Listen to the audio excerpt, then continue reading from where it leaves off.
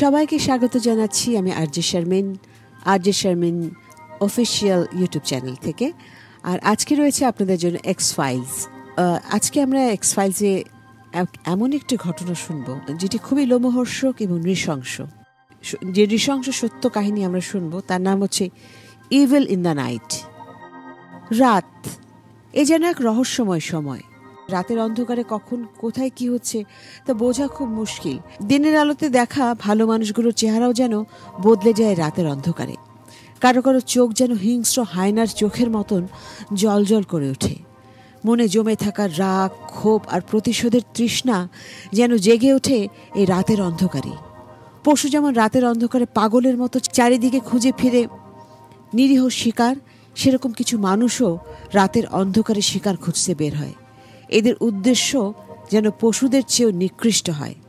আজকের কুয়াশার এক্স ফাইলসে সেরকমই একজন মানুষরূপী হায়নার হাতে নির্মমভাবে খুন হওয়া এক নারীর কথা জানাবো, যে কথা শুনে আঁতকে উঠেছিল পুরো বিশ্ব।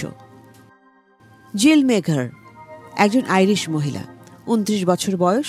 তার জন্ম 1982 সালের 30 অক্টোবর আয়ারল্যান্ডের ড্রোগেডা শহরে। মা, বাবা, এক ভাই আর বোনের ছোট্ট একটি পরিবার। বাবা মায়ের খুব আদুরে মেয়ে ছিল। ছোটবেলা থেকে খুব চঞ্চল স্বভাবের। নানা দুষ্টুমি দিয়ে পুরো ঘর মাতিয়ে রাখাই ছিল তার কাজ। তাছাড়াও খুব বন্ধুসুলভ ছিল জিল। স্কুলে কলেজে সবার সাথে খুব সম্পর্ক ভালো ছিল তার। হাসি খুশি এই মেয়েটার কাছে সবাই ছিল তার বন্ধু। সবাইকে সে বিশ্বাস করত চোখের পলকেই। 9 বছর বয়সে জিলের বাবার চাকরির সুবাদে পরিবার সহ চলে আসে অস্ট্রেলিয়াতে। সেখানে পার্থ শহর থেকে প্রাইমারি এবং হাই স্কুলের পড়াশোনা শেষ করে। আবার পরিবার সহ আয়ারল্যান্ডে ফিরে গিয়ে সেখানকার ইউনিভার্সিটি কলেজ ডাবলিন বিশ্ববিদ্যালয় থেকে বিএ শেষ করে আইরিশ ন্যাশনাল ব্রডকাস্টারে কিছুদিন কাজ করে। 2008 সালে ইউনিভার্সিটি কলেজ ডাবলিনে দেখা হয় টম মেঘারের সাথে। জিল আর টম ছিল দুজনেই একই প্রকৃতির, প্রাণবন্ত, হাসি খুশি আর খুব মিশুক স্বভাবে। তাই দুজনের মনের মিল হতে বেশি সময় লাগেনি। ভালোবেসে 1 বছরের মাথায় তারা বিয়ে করে ফেলে। তাদের বিয়ে হয় ড্রোগেডার সেন্ট পিটার্স চার্চে। পুরোহিত ফাদার অলিভার ডেভাইন তাদের বিয়ে পড়ান। 2009 সালে স্বামী সহ আনুষ্ঠানিকভাবে অস্ট্রেলিয়াতে বসবাস শুরু করে জিল। সেখানকার রাজধানী এবং সবচেয়ে জনপ্রিয় শহর মেলবোর্নে সেটেল হয়। কিছুদিন পরে অস্ট্রেলিয়ান ব্রডকাস্টিং কর্পোরেশন এবিসিতে শুরু করে তার চাকরি জীবন। সেখানে প্রশাসনিকের কাজ ছাড়াও বিশেষ অনুষ্ঠান অন এয়ারে তাকে শোনা যেত 744 এবিসি মেলবোর্ন রেডিও স্টেশনে। সহকর্মীদের সাথে খুব সহজেই মিশে যায় সে। পুরো অফিস জুড়ে সবাই ছিল তার বন্ধু। কারোর সাথে রাগ করা তার স্বভাবই ছিল না। কখনোই তাকে কারোর সাথে ঝগড়া করতে দেখা যায়নি। সবার সব কাজে সাহায্য করত। অল্প সময় এইসব কারণে জিল খুব জনপ্রিয় হয়ে ওঠে। পারিবারিক বা ব্যক্তিগত কোনো ঝামেলা ছিল না।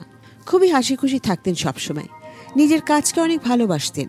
অফিসে খুব ভালো ভালো বন্ধুও তৈরি হয়ে গেল তার।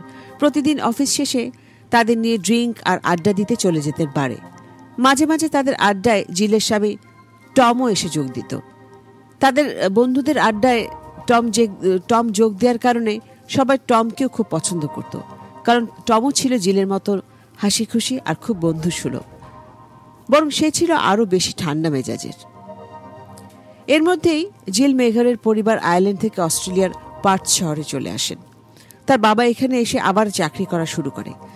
সেখানে তার বাবা ছোট্ট একটি বাড়িতে থাকত। বাড়ির বাগান ভর্তি ছিল নানান ফুলের গাছ। জিল প্রায় সেখানে চলে যেত তার বাবা মায়ের সাথে দেখা করতে। সময় পেলে তার মা বাবাও চলে আসতো মেয়ের সাথে কিছুদিন থেকে যেতে। বাবা মেয়ের খুব মিল ছিল। তারা প্রতিদিন সকালে উঠে একসাথে চলে যেত মর্নিং ওয়াকে। আবার বিকেলে একটু পার্কে ঘুরতেও বের হতো। কোথাও বসে কফি খেয়ে নিত। তার বাবাই ছিল তার বেস্ট ফ্রেন্ড। ঘোরাঘুরির খুব নেশাও ছিল তার। প্রায় চলে যেতেন বিভিন্ন জায়গার ক্যাম্পিংয়ে, কখনো পাহাড়ে, কখনো গভীর কোনো জঙ্গলে, আবার কখনো সুদূর নীল কোনো নদীর তীরে, কখনো বন্ধুদের সাথে, আবার কখনো স্বামীকে নিয়ে। নিজের জীবনকে খুব ভালোবাসতেন জিল। তাই প্রতিটা মুহূর্ত উপভোগ করতে চাইতেন। তার কাছে প্রতিটা দিন যেন আলাদাভাবে সুন্দর লাগত। সব মিলিয়ে অনেক সুখেই দিন কাটাচ্ছিল জিল মেঘার। কিন্তু এক রাতে তার ভয়ঙ্কর অনাকাঙ্ক্ষিত পরিণতি দেখে শুধু তার কাছের মানুষই না, আঁতকে উঠে পুরো দেশের মানুষ, পুরো বিশ্ব। সবার মনের ভেতর ভয় ঢুকে যায়, কেননা জিলের মতোই শহরে স্বাধীনভাবে চলাফেরা করছে সব নারী। প্রতিদিন কাজ শেষে বারে বা কোনো রেস্টুরেন্টে গিয়ে কিছু রিফ্রেশমেন্ট বা বন্ধুদের সাথে আড্ডা দিয়ে তারপর তারা বাড়ি ফিরত। কিন্তু সেখান থেকে বাড়ি ফেরার পথে আবার কখন কাকে সেই নিষ্ঠুর হায়নার হাতে শিকার হতে হয় কে জানে। তাই সবার মধ্যে ভয় ঢুকে গিয়েছিল। মৃত্যুর কয়েক সপ্তাহ আগেই বাবার স্ট্রোকের কথা শুনে সবকিছু ফেলে ছুটে চলে যায় বাবার কাছে। সেখানে থেকে তার বাবার দেখাশোনা করে বেশ কিছুদিন। তারপর বাবা সুস্থ হয়ে যাওয়ার পর সে আবার ফিরে আসে তার শহরে। বাবা মায়ের খুব আদরের মেয়ে ছিল জিল। যদি জানতো নিজের শহরে ফিরে এভাবে হত্যার শিকার হবে, তাহলে হয়তো মেয়েকে কখনই তার বাবা যেতেই দিত না। 2012 সাল 21 সেপ্টেম্বর অফিস শেষ করে প্রতিদিনের মতোই তার সহকর্মীদের সাথে ব্রান্সউইক গ্রিন বারে যায় ড্রিঙ্ক আর কিছুক্ষণ বসে আড্ডা দেওয়ার জন্য। সেখান থেকেই টম মেগারকে সে ফোন দেয় তাদের সাথে ড্রিঙ্ক আর আড্ডায় যোগ দেওয়ার জন্য। কিন্তু টম তখন ক্লান্ত হয়ে ঘুমিয়ে গিয়েছিল, আর তার ফোনটা সাইলেন্টে থাকায় জিলের ফোনটা সে ধরতে পারেনি। জিল সেখান থেকে বাসার উদ্দেশ্যে বের হয় ঠিক রাত 1:30টার দিকে। রাত হয়ে গিয়েছে দেখে তার এক বন্ধু তাকে বাসায় পৌঁছে দেওয়ার কথা বলে, কিন্তু বার থেকে বাসা খুব বেশি দূরে না হয় জিল মানা করে দেয়। সে বলে 500 মিটার, এটা তো কয়েক মিনিটের রাস্তা মাত্র, আমি একাই যেতে পারবো। তারপর সে বেরিয়ে যায়। হেঁটে যাওয়ার পথে সে তার ভাই মাইকেল ম্যাককিয়নের সাথে ফোনেও কথা বলে। তাদের কথার বিষয়বস্তু ছিল বাবার স্বাস্থ্য নিয়ে।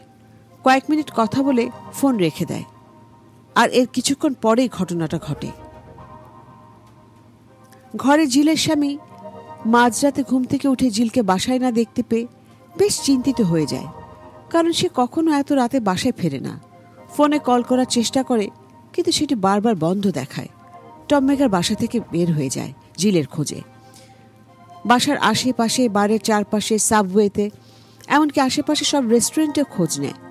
জিলের সাথে থাকা তার সব বন্ধুদের সবাইকে ফোন করে জিজ্ঞেস করে যে জিল তাদের বাসায় গিয়েছে কিনা, কিন্তু না, সবাই জানে সে বার থেকে বাসার উদ্দেশ্যে বের হয়েছিল।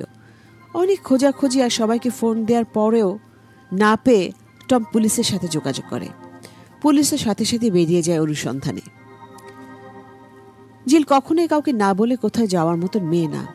অন্য কারোর সাথে তার কোনো সম্পর্ক ছিল না যে সেখান থেকে চলে যাবে। তাহলে কোথায় গেল জিল মেঘের? কয়েক মিনিটের মধ্যে একদম উধাও হয়ে গেল। কিছু হলে বা কোথাও অজ্ঞান হয়ে পড়ে থাকলে কেউ না কেউ তো তাকে দেখবে, বা তার সাথে থাকা কোনো কিছু তো খুঁজে পাওয়া যাবে কোথাও। কিন্তু না, পুলিশ পুরো এলাকা খুঁজেও কিচ্ছু পায়নি। নিখোঁজ হওয়ার পরের দিনই তার সব সহকর্মী টুইটারে খোঁজ বার্তা প্রচার করা শুরু করে, সাথে একটি ফেসবুক পেজও খুলে, হেল্প আস ফাইন্ড জিল মেঘের এই শিরোনামে। সবার মনে শুধুমাত্র তাকে জীবিত খুঁজে পাওয়ার আশা। এক সপ্তাহের মধ্যেই সেই ফেসবুক পেজে 1 লাখেরও বেশি লাইক হয়ে যায়। দেশের সবাই সাড়া দেয় জিলের অনুসন্ধানে। একই সাথে রহস্যময় নিখোঁজ হওয়ার ঘটনা, মিডিয়া রিপোর্ট আর ফেসবুক পেজের সংখ্যাও বাড়তে থাকে। এই খবরগুলো আস্তে আস্তে সবার দৃষ্টি আকর্ষণ করে ফেলে।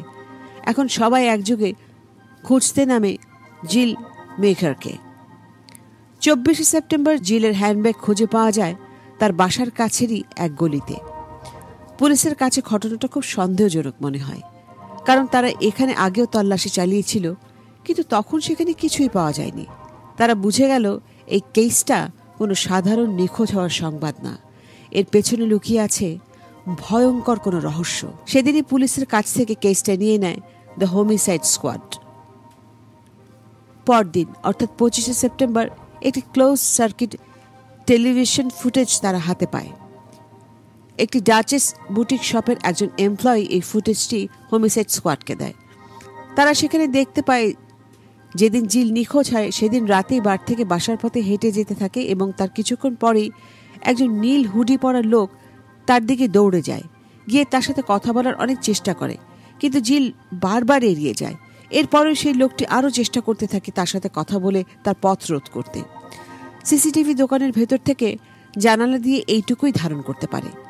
হোমিসাইড স্কোয়াডের আগে জিলের ফ্ল্যাট সার্চ করে গাড়ি সহ কিছু জিনিস টেস্টের জন্য নিলেও এখন তাদের মূল উদ্দেশ্য নীল হুডি পরা লোকটা। তারা ভেবেছিল একে পাওয়া গেলে হয়তো জানা যাবে জিল কোথায় জীবিত আছে। তারা ভেবেছিল হয়তো এই লোকটাই তাকে কোথাও আটকিয়ে রেখেছে মুক্তিপণ যাওয়ার জন্য। কিন্তু তাকে পাওয়ার পর যেন সব আশা ধুলোয় মিশে গেল, যখন এর 2 দিন পরই জিলের মৃতদেহ পাওয়া যায়। জিলের ফোন ট্র্যাক করে পুলিশ হোপ স্ট্রিট অর্থাৎ জিলকে সর্বশেষ যেখানে জীবিত দেখা যায় সেখান থেকে তার মৃতদেহ পর্যন্ত একটি ইলেকট্রনিক ফুটপ্রিন্ট দেখতে পায়। আবার ঠিক একই সময় আরেকটি ফোনের ইলেকট্রনিক ফুটপ্রিন্টও একই রাস্তায় দেখে। রেজিস্টার দেখে বের করে সেই ফোনটি অ্যাড্রিয়ান আর্নেস্ট বেইলের। সাথে সাথে রাস্তার সব ট্রাফিক সিসিটিভি ফুটেজ ঘেঁটে দেখা যায় বেইলি আসল খুনি।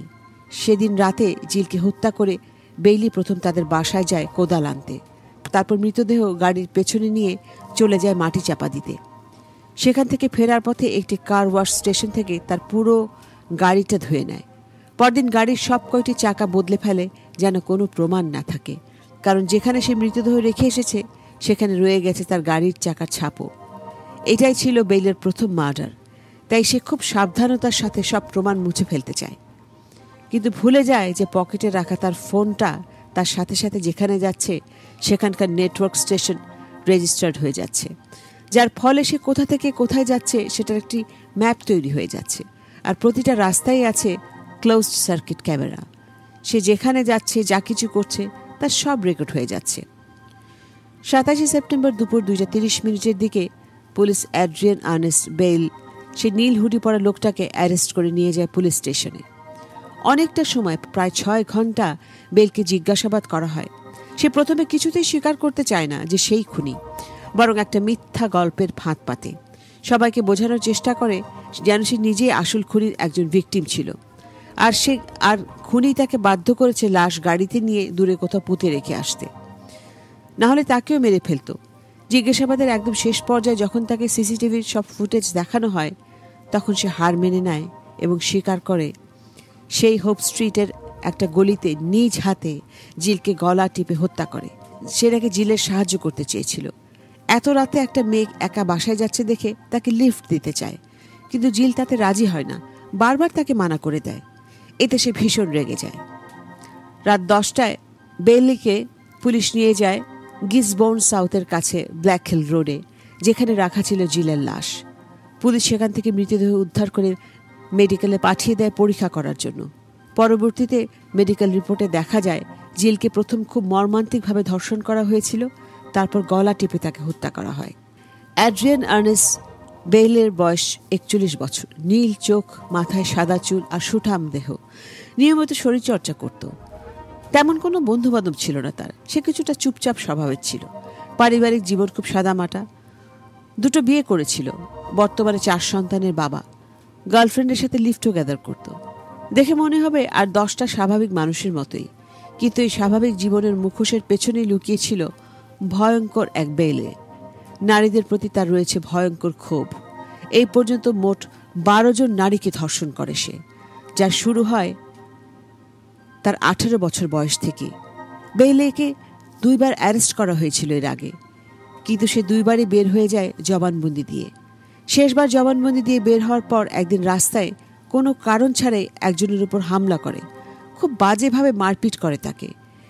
এর জন্য তাকে কোর্টে যেতে বলা হয়, কিন্তু সে সেটা এড়িয়ে যায়। ভাগ্যের কি নির্মম পরিহাস! তখনই যদি বেইলের বিরুদ্ধে সঠিক পদক্ষেপ নেওয়া হতো তাহলে হয়তো জিল মেঘার আজও বেঁচে থাকত। বেইলেকে প্রথমবার যখন জিজ্ঞাসাবাদ করা হয় তখন সে 6 ঘন্টায় সে তার মনের সব কথা খুলে বলে পুলিশকে, যেন এতদিনের একাকী জীবনে সে কাউকে কিছু খুলে বলতে পারেনি কখনো। যেন তার মনের চাপা কষ্টগুলোর কথা শোনার জন্য কেউ ছিল না এতদিন। সে জানায় ছোটবেলায় তার বাবা তাকে শারীরিকভাবে নির্যাতন করত। তার বাবা ছিল খুব অ্যালকোহলিক। দিনের বেশিরভাগ সময়ই সে মাতাল অবস্থায় থাকত, তাই হুটহাট কোনো কারণ ছাড়াই তাকে মারধর করত। এছাড়া তার পরিবারের একজন বয়স্ক নারীর কাছে সে যৌন নিপীড়নের শিকার হয় বারবার। আশেপাশে এমন কেউ ছিল না যে যাকে সেই কথাগুলো বলতে পারবে, এমনকি তাকে সাহায্য করার মতো কেউ ছিল না। তার মাকে ঘটনা খুলে বললে সে পুরো দোষ চাপিয়ে দেয় বেইলের উপরে। তাকে সাহায্য না করে উল্টো সবার সামনে লাঞ্ছিত করে। সেই থেকে শুরু হয় নারীদের প্রতি তার ক্ষোভ। বিয়ে করে স্বাভাবিকভাবে সংসার করলেও তার এই স্বাভাবিক চেহারার পেছনে লুকিয়ে থাকা ভয়ঙ্কর হায়না ঠিকই ছিল। রাতের অন্ধকারে নিজের ঘর থেকে বেরিয়ে জিল মেঘারের মতো নিরীহ নারীদের শিকারে ঝাঁপিয়ে পড়ত। জিল মেঘারকে যে রাতে হত্যা করেছে সে রাতে তার গার্লফ্রেন্ডের সাথে তার ঝগড়া হয়। একটা রেস্টুরেন্টে বসেছিল তারা। সেখান থেকে খুব রাগারাগি করে বের হয়ে পড়ে বেইলের গার্লফ্রেন্ড। বেইলে তার কিছুক্ষণ পর বাসায় গিয়ে দেখে তার গার্লফ্রেন্ড বাসায় ফেরেনি। সাথে সাথে তাকে খুঁজতে বাসা থেকে বেরিয়ে যায়। ফোন দিয়ে জিজ্ঞেস করলে সে ফিরবে না বলে ফোন রেখে দেয়। এরপর বেইলে আরও কয়েকবার ফোন দেয় তার গার্লফ্রেন্ডকে, কিন্তু সে ফোন রিসিভ করে না। অনেকবার টেক্সট করলে কোনো রিপ্লাই পায় না বেইলে। এতে তার মন মেজাজ আরও বিগড়ে যায়। সে আবার বাসায় ফিরে যায়। রাতে খাবার খেয়ে ঘুমিয়ে যেতে চায়, কিন্তু কিছুতেই তার রাগ কমে না। ভেতরের হিংস্র হায়নাটা যেন আবার জেগে ওঠে। সে বেরিয়ে যায় রাস্তায় শিকারের খোঁজে। আর ঠিক তখনই সামনে পায় জিল মেঘারকে। বেইলেকে আইনি হেফাজতে নেওয়ার পর সে একবার আত্মহত্যার চেষ্টা করে। প্রথম কেস লড়ার চেষ্টা করলেও পরবর্তীতে 2013 সালের 5ই এপ্রিল কোর্টের কাছে আত্মসমর্পণ করে।